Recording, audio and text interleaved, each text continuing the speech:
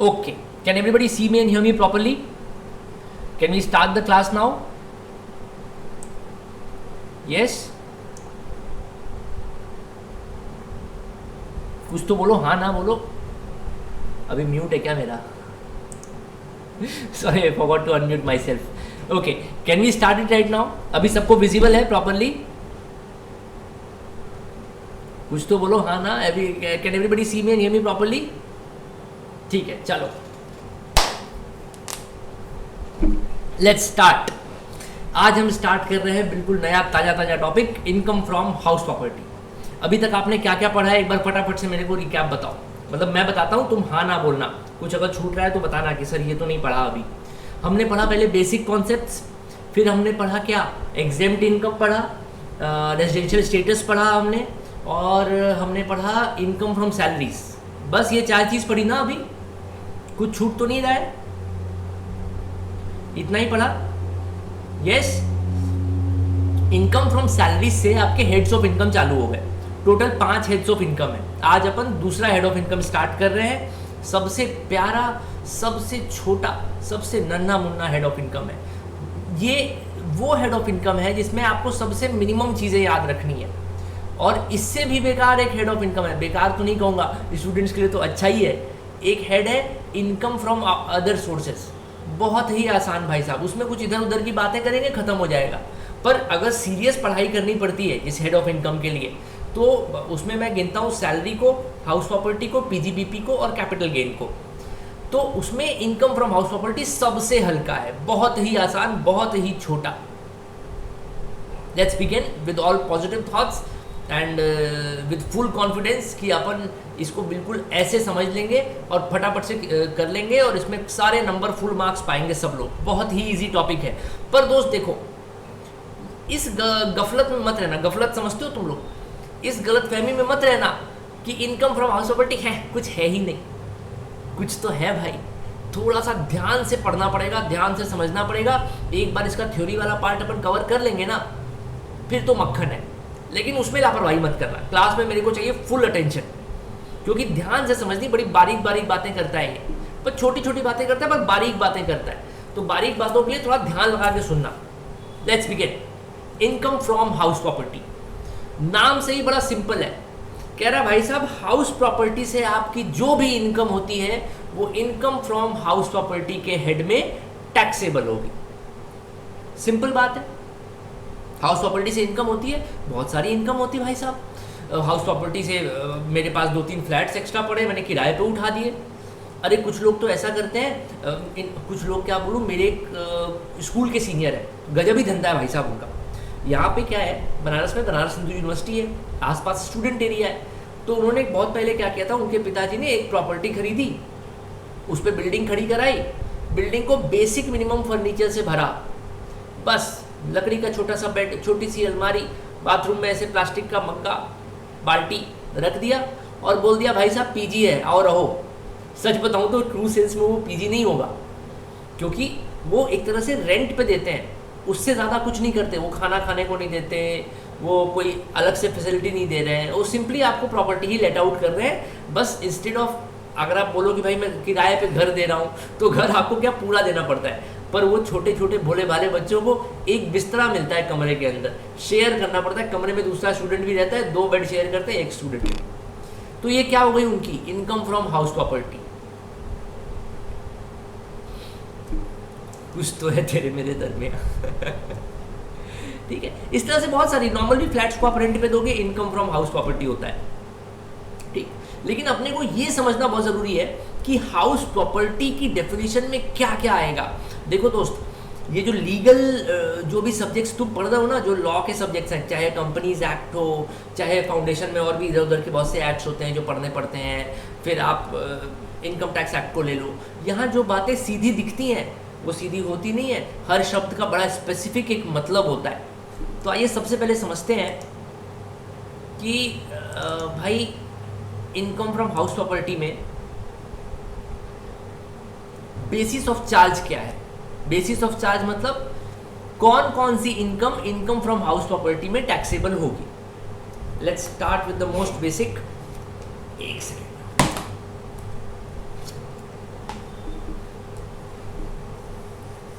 देखो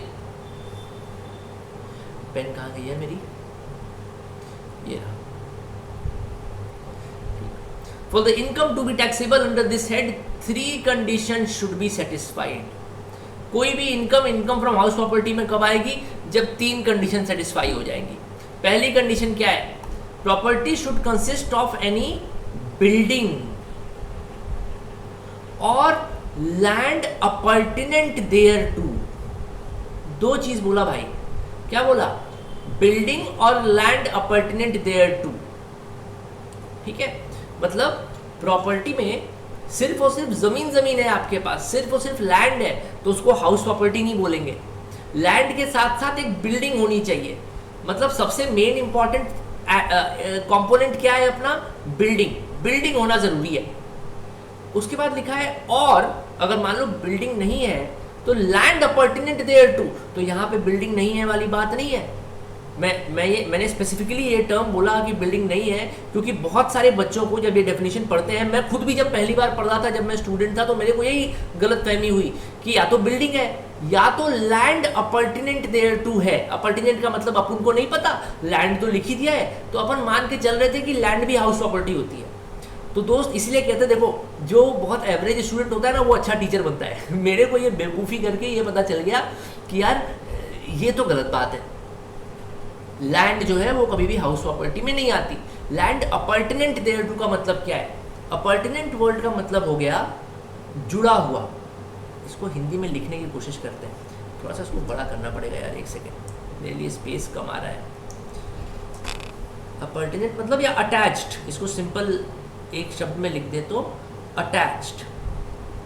ठीक है, अगर वो सीधे सीधे बोल देता कि जो बिल्डिंग है वही हाउस प्रॉपर्टी होगी तो प्रॉब्लम क्या होती कि बहुत सी ऐसी बिल्डिंग्स होती हैं जिनमें बिल्डिंग तो होती है पर साथ में ना कुछ खाली लैंड भी होती है। जैसे एक नॉर्मल घर इमेजिन करो जिसमें घर बना हुआ है, सामने छोटा सा एक लॉन है।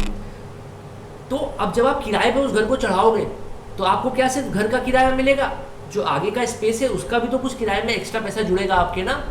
मान लो कोई बंदा 50,000 दे रहा है आपके घर के, तो आगे आपके घर के लॉन है अगर, तो उसका कुछ 5,000 रुपये एक्स्ट्रा भी दे देगा वो, कह रहे भैया बहुत बढ़िया है, यहाँ तो आगे लॉन है या थोड़ा सा ओपन स्पेस छूटा हुआ है, खाली लैंड है, पार्किंग स्पेस हो जाएगा, 2-3 गाड़ियाँ खड़ी हो जाएंगी, लो इसके लिए एक्स्ट्रा पैसे दे लो।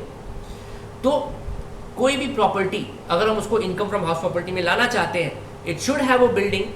अगर बिल्डिंग के साथ थोड़ी सी लैंड भी अटैच्ड है तो वो लैंड भी हाउस प्रॉपर्टी का हिस्सा बन जाएगी। But a land in itself, a land alone, empty plot of land cannot form part of house property। ये कॉन्सेप्ट क्लियर हुआ?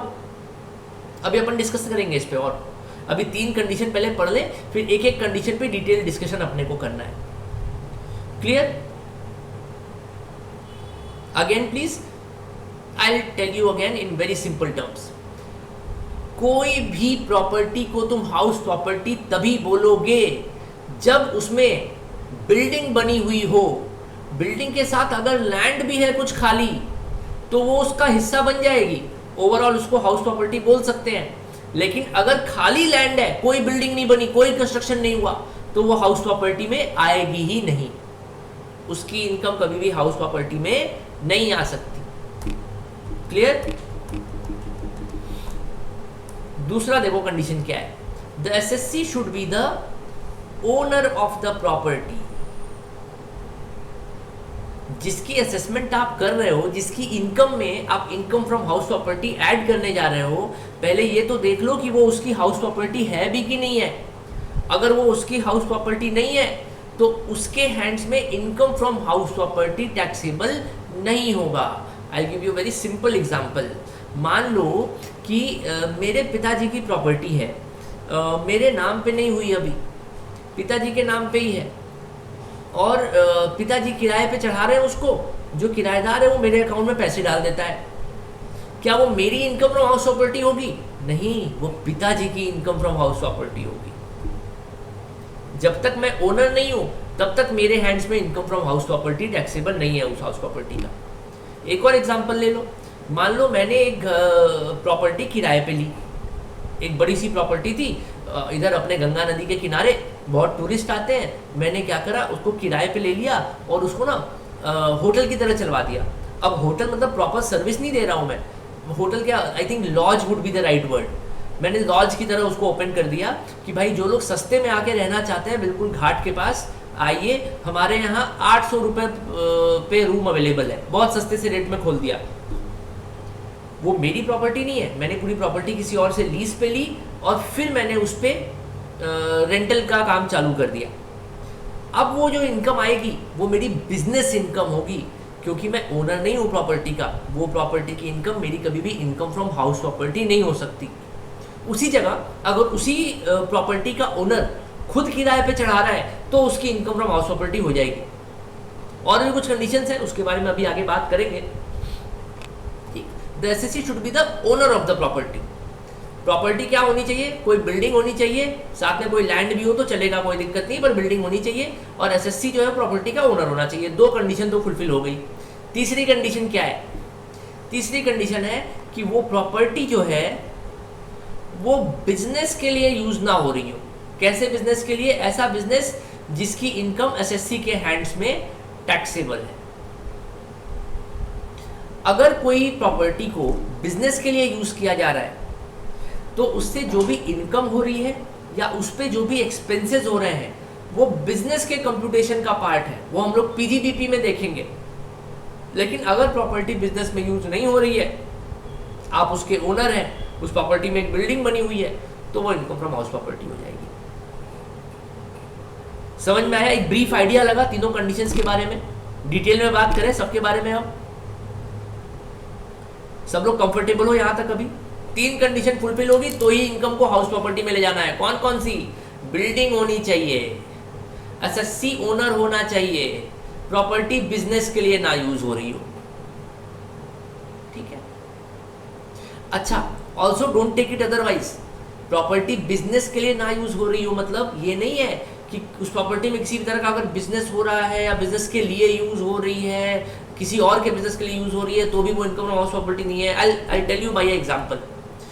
तो सपोज करो कि, अरे सपोज क्या करना है भाई साहब, लाइव एग्जांपल बताता हूँ। हमारे क्लाइंट हैं जिनकी बड़ी बढ़िया शहर के बीच में प्रॉपर्टी है। उनका काम क्या है? कुछ भी नहीं, वो चिल करते हैं, अपने बच्चे के साथ PS5 खेलते रहते दिन भर। उनको वो प्रॉपर्टी को उन्होंने कई हिस्सों में बांट दिया है। कई हिस्सों में मतलब कई सारी छोटी छोटी दुकानें खोल ली हैं उसमें, और खुद की दुकानें नहीं खोली, शॉप के जैसा एरिया बना लिया उसका, और उसको सारी की सारी शॉप्स को किराए पे दे दिया। अब उस प्रॉपर्टी के एक एक पोर्शन में सिर्फ और सिर्फ बिजनेस ही हो रहा है, कोई रहता नहीं है वहां पे, घर नहीं है किसी का, सिर्फ और सिर्फ बिजनेस होता है उस प्रॉपर्टी में। लेकिन इसका मतलब ये नहीं है कि उसकी इनकम को हम हाउस प्रॉपर्टी में टैक्स नहीं करेंगे। क्यों? अरे भाई बिजनेस कोई और कर रहा है, मेरे लिए क्या है? मेरे लिए तो हाउस प्रॉपर्टी है भाई, मैंने किराए पे दिया है उसको, उसी से पैसे कमा रहा हूँ। अब किराए पे देने के बाद मेरा किराएदार उसमें क्या कर रहा है, उससे मेरे टैक्स पे कोई इम्पैक्ट नहीं पड़ेगा। जैसे फॉर एग्जांपल मान लो मेरे पास एक प्लॉट ऑफ लैंड पड़ा हुआ है, मैंने लैंड पे क्या करा, बाउंड्री करवा के, छत वत ढलवा के, और उसको वेयर हाउस बना दिया, बड़ा सा गेट वेट लगा के, मैंने उसको किराए पे दे दिया। तो मैं क्या कोई बिजनेस कर रहा हूँ? ये बिजनेस नहीं है, ये इनकम फ्रॉम हाउस प्रॉपर्टी है। ये चीज क्लियर हुई? बिजनेस का यूज कैसे होगा, मैं एग्जांपल देता हूं। मेरी जमीन थी भाई साहब, मैंने उस पर बाउंड्री कराई, उस पर छत डलवाई, गेट वेट लगाया, वेयर हाउस खोला, और खुद ही क्या की, एक कंपनी से एजेंसी ले ली मैंने, वो C&F की एजेंसी ले ली, और उसका सारा स्टॉक अपने उसको वेयर हाउस बना के उसमें रखता हूँ प्रॉपर्टी में, और उस वेयर हाउस से फिर सामान बेचता हूँ। तो अब वो प्रॉपर्टी मेरे बिजनेस में यूज हो रही है। अब मैंने उसको लेट आउट नहीं किया किसी को, कहाँ यूज हो रही है? मेरे बिजनेस में यूज हो रही है। तो अब वो प्रॉपर्टी हाउस प्रॉपर्टी के दायरे से बिल्कुल बाहर ही निकल गई। अब वो कभी भी इनकम फ्रॉम हाउस प्रॉपर्टी में नहीं आएगी। उससे कमाई हो, चाहे खर्चा हो, चाहे नुकसान हो, कुछ भी हो, इनकम फ्रॉम हाउस प्रॉपर्टी के प्रोविजंस ऐसी प्रॉपर्टी पे लगेंगे ही नहीं।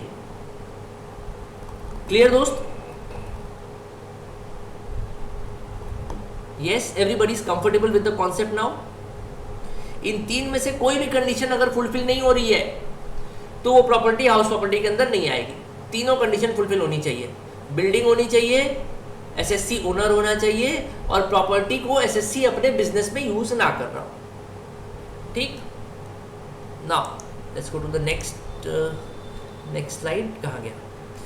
हाँ, the property should consist of any building or land appurtenant thereto. इस कंडीशन पे थोड़ी सी बात कर लेते हैं। पहली कंडीशन थी ये, the property should consist of any building or land appurtenant there to. सबसे पहली बात जो मैंने आपको एक लाइन में पहले ही बता दी थी, कहाँ गया भाई मेरा हाइलाइटर? अच्छा, हाइलाइटर तो काम कर रहा है। A vacant plot of land is not chargeable to tax under the head income from house property. Vacant plot of land का कोई भी taxation income from house property में नहीं होता है। कुछ ज़्यादा ही हाईलाइट कर दिया मैंने, पूरा का पूरा ही हाईलाइट कर दिया। वेकेंट प्लॉट ऑफ लैंड को हाईलाइट कर देते हैं, ठीक है। वेकेंट प्लॉट ऑफ लैंड मतलब कोई कंस्ट्रक्शन नहीं हुआ है उस पर। In order to be taxable as income from house property, a property must contain a building. ठीक, ओके। तीसरी बात, अगर प्रॉपर्टी में लैंड भी है, बिल्डिंग भी है, तो पूरी की पूरी प्रॉपर्टी जो है वो इनकम फ्रॉम हाउस प्रॉपर्टी में टैक्सेबल होगी। सिर्फ लैंड नहीं, सिर्फ बिल्डिंग नहीं, पूरी की पूरी प्रॉपर्टी, ठीक है। ये नहीं कि वो लैंड है तो उसको छोड़ दो, उसके साथ वैसा डिस्क्रिमिनेशन करो कि नहीं नहीं हम तो लैंड को नहीं लेते। अरे लैंड अगर जुड़ी हुई है बिल्डिंग के साथ तो ले लो उसको, लेकिन खाली लैंड है तब उसको हाउस प्रॉपर्टी की इनकम मत बोलना, ठीक है। अच्छा, गवर्नमेंट ने क्यों ये अलग से हेड बनाया? अगर वो नॉर्मल बिजनेस इनकम या अदर सोर्सेज में रेंटल इनकम को ले लेती तो कोई नुकसान था क्या गवर्नमेंट का? गवर्नमेंट का कोई नुकसान नहीं था, जनता का नुकसान था। इनकम फ्रॉम हाउस प्रॉपर्टी का जो हेड है वो स्पेशली उन लोगों को दिमाग में रखते हुए बनाया गया है जो सिर्फ और सिर्फ रेंटल इनकम की कमाई खाते हैं, उनका वही सोर्स ऑफ इनकम ही है। तो उनके लिए कई सारी छूट दी गई है, कई सारी बेनिफिट्स दिए गए हैं। और अपने यहाँ की जो एक मिडिल क्लास एस्पिरेशन होती है भाई, रोटी कपड़ा मकान, सबका यही सपना होता है। तो पैसा कमाएंगे तो क्या करेंगे भाई, अच्छा खाएंगे, अच्छा पहनेंगे और अच्छे घर में रहेंगे। सरकार भी चाहती है भाई ज़्यादा से ज़्यादा आप लोग जल्दी से जल्दी अपना एक घर बना लीजिए, या जो लोग घर नहीं बना पा रहे हैं उनके लिए रेंटल पे अच्छा घर कम कीमत पे अवेलेबल हो जाए। तो ये सारी चीज़ों को ध्यान में रखते हुए गवर्नमेंट ने इनकम फ्रॉम हाउस प्रॉपर्टी के प्रोविजंस को डिज़ाइन किया है। तो अपन एक एक करके सारे कंपोनेंट्स जब पढ़ेंगे ना तो गवर्नमेंट का ये इंटेंशन आपको कहीं ना कहीं दिखने लगेगा। नेक्स्ट पॉइंट पे चलते हैं, आ जाओ। The assessee should be the owner of the property. ये बहुत छोटा छोटा लिखा है, दिख रहा है सबको? थोड़ा साइज बड़ा करूँ क्या? Is the screen visible to everybody? जो टेक्स्ट लिखा हुआ है थोड़ा सा और बड़ा करने की कोशिश करते, देखते होता है कि नहीं।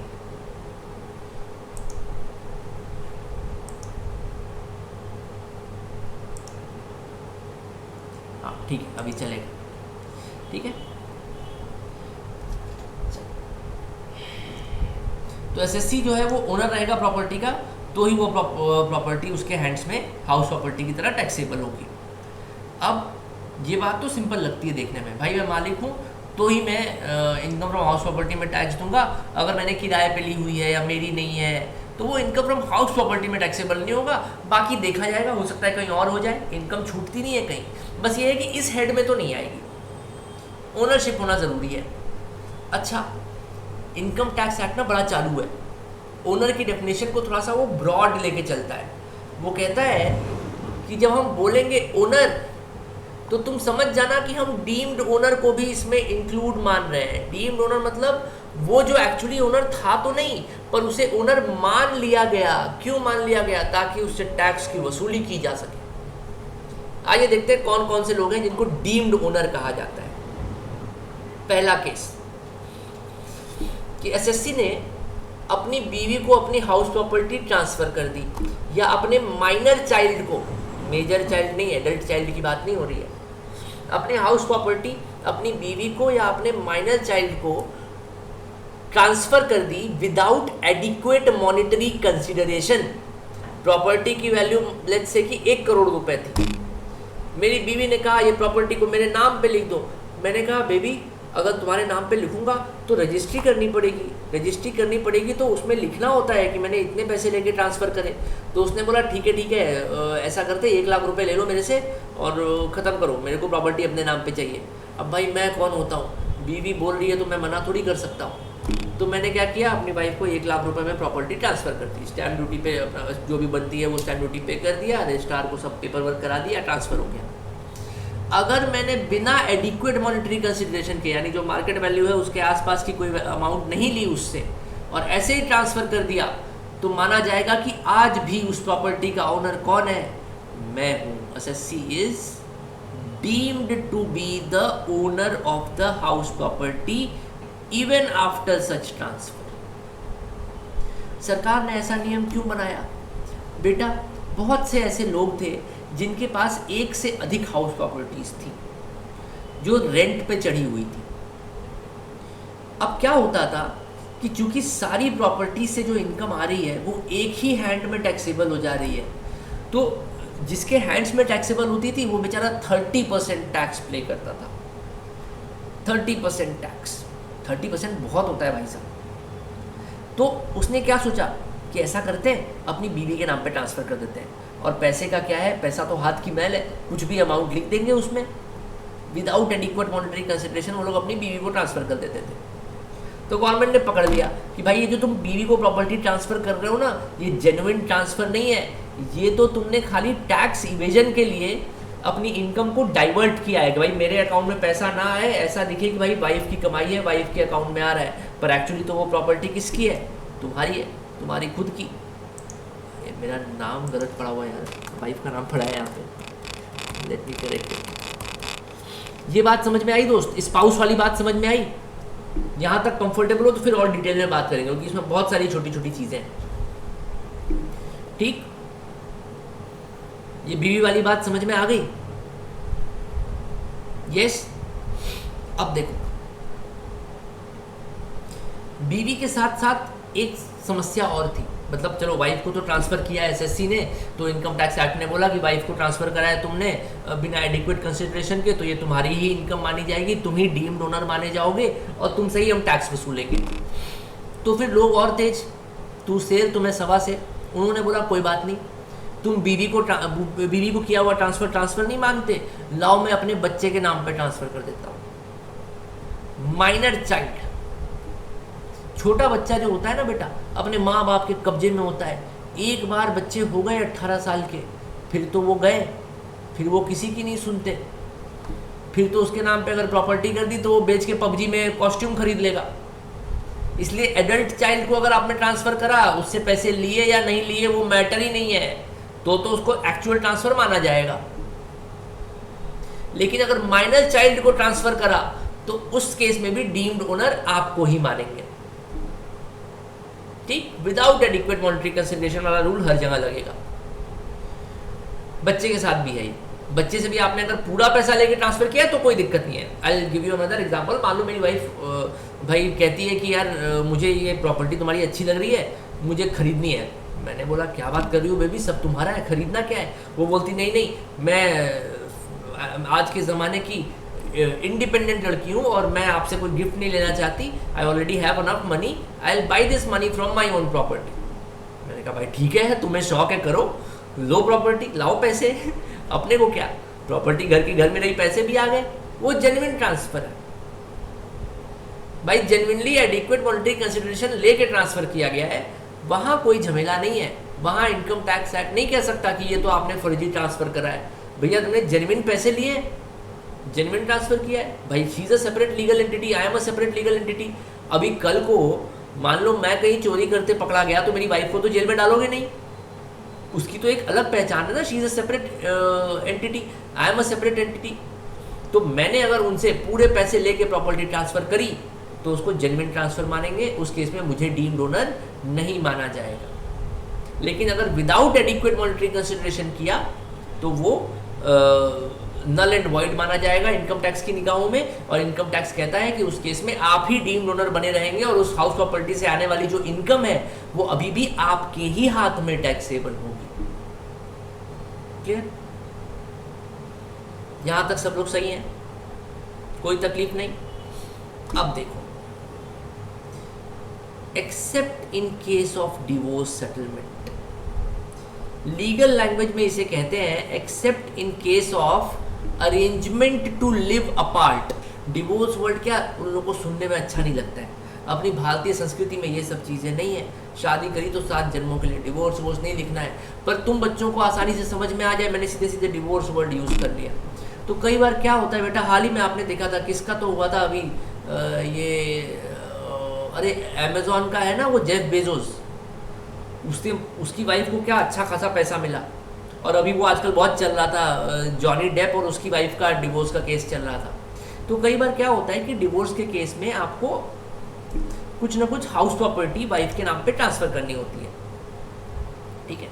अच्छा, by the way this one more thing, ये हमारा जूम वाला जो इशू था क्लासेस के जल्दी ख़त्म होने का, ये रिजॉल्व नहीं हुआ है, और मोस्ट प्रोबेबली कल से मैं दूसरे प्लेटफॉर्म पे पढ़ाऊंगा। ये प्लेटफॉर्म से भाई दुखी हो गया हूँ, बहुत प्रॉब्लम है, आईटी टीम सपोर्ट नहीं कर रही है।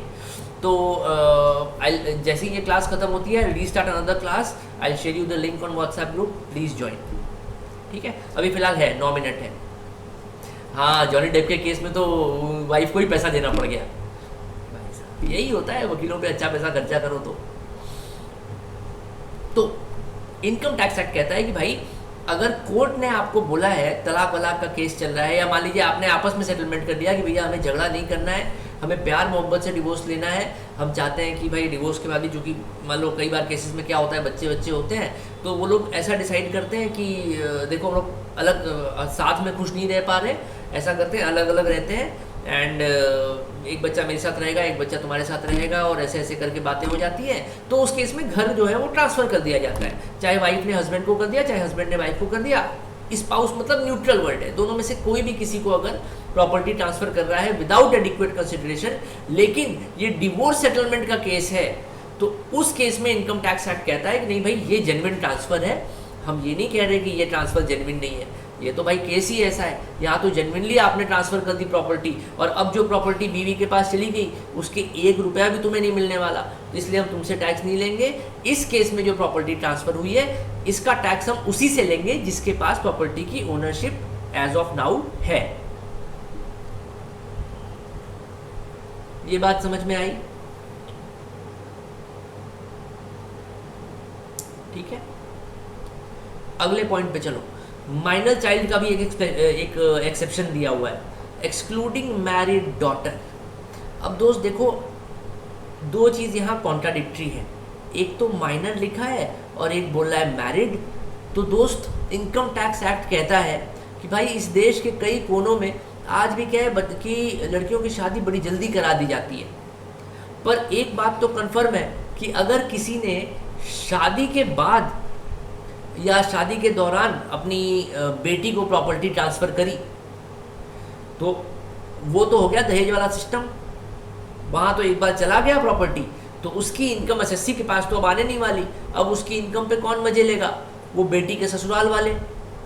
तो इनकम टैक्स एक्ट कहता है कि अगर आपने अपनी मैरिड डॉटर को प्रॉपर्टी ट्रांसफ़र करी है, भले ही वो माइनर है, तो क्या मैरिड डॉटर को की है विदाउट एडिक्वेट मॉनेटरी कंसिडरेशन, हम उसको जेन्युइन ट्रांसफ़र मानेंगे, क्योंकि हमारे देश के कई कोनों में ऐसा होता है। अब माइनर चाइल्ड की शादी कराना सही है या गलत है, ये इंडियन पिनल कोड देखेगा। इनकम टैक्स एक्ट क्या देखता है भैया, लीगल इनकम हो या इलीगल इनकम हो, हमें मतलब है इनकम से, अगर इनकम है तो हमें टैक्स लेना है। तो इनकम टैक्स एक्ट कहता है कि ठीक है, आपने माइनर डॉटर की शादी कराई, इंडियन पिनल कोड आपको सजा देगा उसकी, और लेकिन यहाँ पे आपने जो प्रॉपर्टी ट्रांसफ़र करी है, अब उस पर आपका कंट्रोल एक्चुअली है नहीं। अब ऐसा नहीं कि उसकी इनकम आपकी जेब में आएगी, तो हम उस पर आपसे टैक्स नहीं लेंगे, हम आपकी ही इनकम पे आपसे टैक्स लेना चाहते हैं। भाई साहब, आपसे गलत नहीं लेना चाहते, ज़्यादा नहीं लेना चाहते। यहाँ तक सब लोग कंफर्टेबल हो? एक बार क्विकली इस पॉइंट को रिकैप करें। ये पॉइंट क्या कह रहा है? सबसे पहले क्या कह रहा है कि भाई अगर कोई इनकम फ्रॉम हाउस प्रॉपर्टी में टैक्सेबल होनी है तो तभी होगी जब SSC is the owner of the property. फिर वो हमसे बोल रहा है कि ओनर में ना जो डीम्ड ओनर है वो भी आ जाएंगे। हमने कहा ठीक है भाई, डीम्ड ओनर मतलब क्या? वो जिसे ओनर मान लिया गया, एक्चुअली ओनर था नहीं। फिर डीम्ड ओनर की डेफिनेशन बताते हुए एक्ट कहता है कि भाई अगर किसी ने अपनी वाइफ को या अपने माइनर चाइल्ड को बिना ढंग से पैसे लिए प्रॉपर्टी ट्रांसफ़र करी तो हम उसको ट्रांसफ़र नहीं मानेंगे, हम यही मानेंगे कि वो प्रॉपर्टी आप ही की है, आपने अपने कंट्रोल में रखी हुई है, और उसका जो कमाई होती है ना वो भी इनडायरेक्टली आपकी ही जेब में जाती है। तो ऐसा करो, शांति से हमें टैक्स दे दो, बेवकूफ़ मत बनाओ। यानी कि स्पाउस को ट्रांसफर करा विदाउट एडिक्वेट मॉनेटरी कंसिडरेशन तो भी उसको इनकम टैक्स एक्ट ट्रांसफर नहीं मानेगा।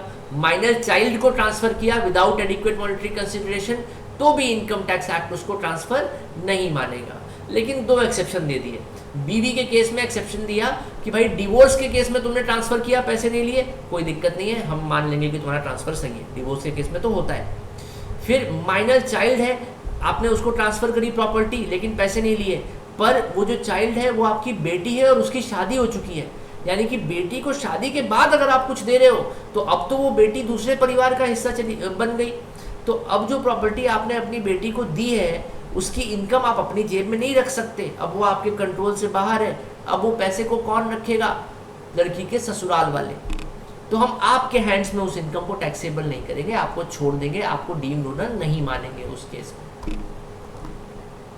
ठीक, कंफर्टेबल? किसी के मन में कोई सवाल तो नहीं उठ रहे हैं? सिंपल है यहां तक? चलो फटाफट से आगे चलते हैं, बहुत छोटा टॉपिक है दोस्तों। Holder of impartible estate is deemed to be the owner of the house property. So what's it saying? It's saying holder of, इसका हाइलाइटर का कलर चेंज करके देखते हैं यार, थोड़ा रेड ट्राई करें क्या? ब्लू ट्राई करते हैं, चलो अच्छा ब्लू ट्राई करके देखते हैं। होल्डर, अरे यार ब्लू में तो बिल्कुल छुप ही जा रहा है, नहीं नहीं नहीं ब्लू में मज़ा नहीं आ रहा है। पिंक ट्राई करें क्या? ज़्यादा ही हल्का हो जाएगा। चलो ट्राई करके देखते हैं, पिंक ट्राई करके देखते हैं। Holder of impartible state. इम्पार्टिबल state क्या होता है? पहली बात तो ये ESTAT वाला स्टेट, आपने ये वर्ड सुना है कभी? ESTATE, इसका मतलब होता है बहुत बड़ी सी एक प्रॉपर्टी। जैसे क्या होता है, अपन गरीब छोटे लोग, मिडिल क्लास लोग, अपन क्या कभी ज़मीन खरीदते हैं तो क्या बोलते हैं, भैया हमने प्लॉट खरीदा है, छोटा सा प्लॉट, 1 बिस्सा 2 बिस्से 3 बिस्से का प्लॉट खरीदते हैं हम लोग। बेटा कुछ लोग होते हैं जिनके पास होता है बेहिसाब दौलत, उस बेहिसाब दौलत से वो लोग छोटा सा प्लॉट नहीं खरीदते बेटा, पूरे का पूरा गांव ही खरीद लेते हैं और पूरे के पूरे गांव में बड़े बड़े किले बनाते हैं, उसको स्टेट बोलते हैं, स्टेट। अरे आपने वो देखा होगा ना, अरे वो शाहरुख खान हेलीकॉप्टर से एंट्री मारता है कौन सी मूवी में, उसकी मम्मी पूजा करती रहती है, उनको पता चल जाता है वो आ गया उनका बेटा, क्या नाम था वो मूवी का, कभी खुशी कभी गम, है ना? याद है उनका प्रॉपर्टी कैसा था वो रायचंद साहब का? अरे भाई साहब इतना बड़ा महल, उसके चारों तरफ जंगल और बीच में हेलीपैड, पैसा हो तो भाई साहब इतना हो। ऐसी प्रॉपर्टीज को बोलते हैं स्टेट। अब इम्पार्टिबल स्टेट का मतलब क्या है?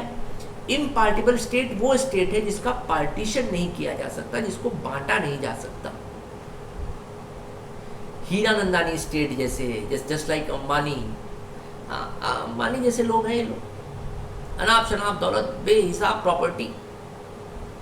तो इम्पार्टिबल स्टेट का मतलब क्या हुआ? जैसे मान लो कि कोई there is some big businessman और उसने बहुत बड़ा ऐसा महल जैसा बनाया और उसने ये सोच के बनाया कि भाई मेरी आने वाली 7 पुश्तें इसी घर में रहेंगी, पूरी फैमिली एक साथ रहेगी, जॉइंट फैमिली रहेगी, और बहुत स्पेस बनाया। उसने ये सोच के महल बनाया कि भाई अभी तो हम लोग घर में बस 4 लोग हैं, पर अगर हमारे घर में 150 लोग भी हो जाए हमारी फैमिली में तो भी हमारी फैमिली एक जगह पे रह सके, ऐसा सोच के वो लोग बनाते हैं। तो बहुत बड़ा सा महल टाइप का बना दिया और उसमें लिख दिया अपनी बिल में कि ये ऐसी प्रॉपर्टी है जिसको कोई भी सेल आउट नहीं कर सकता। या ऐसी प्रॉपर्टीज को क्या करते हैं पता है? वो लोग ट्रस्ट के नाम कर देते हैं, ट्रस्ट को डोनेट कर देते हैं, ट्रस्टी आपस के किसी लोग को बना लेते हैं, फैमिली के लोग को, कि फैमिली के जितने भी मेंबर्स हैं वो सारे के सारे ट्रस्टी हैं। और उसमें एक रूल डाल देते हैं कि कोई भी ट्रस्टी चाहे कोई भी ऐसा डिसीजन नहीं हो सकता कि ये प्रॉपर्टी कहीं सेल हो जाए। ये प्रॉपर्टी जो है सिर्फ और सिर्फ रहने के लिए यूज हो सकती है, या लेट आउट आप कर सकते हो चाहो तो, लेकिन आप सेल नहीं कर सकते, पार्टीशन नहीं कर सकते, बांट नहीं सकते कि भाई इतना हिस्सा मेरा इतना हिस्सा तेरा। इसको बोलेंगे इम्पार्टिबल। इसको बांट नहीं सकते, वो क्या होगा? Impartible. Okay, so this class is going to end in less than a minute. I will stop this and I will reshare the link, फिर अपन आगे की बातें करते हैं, ठीक है? Okay, I will end this and share the new link.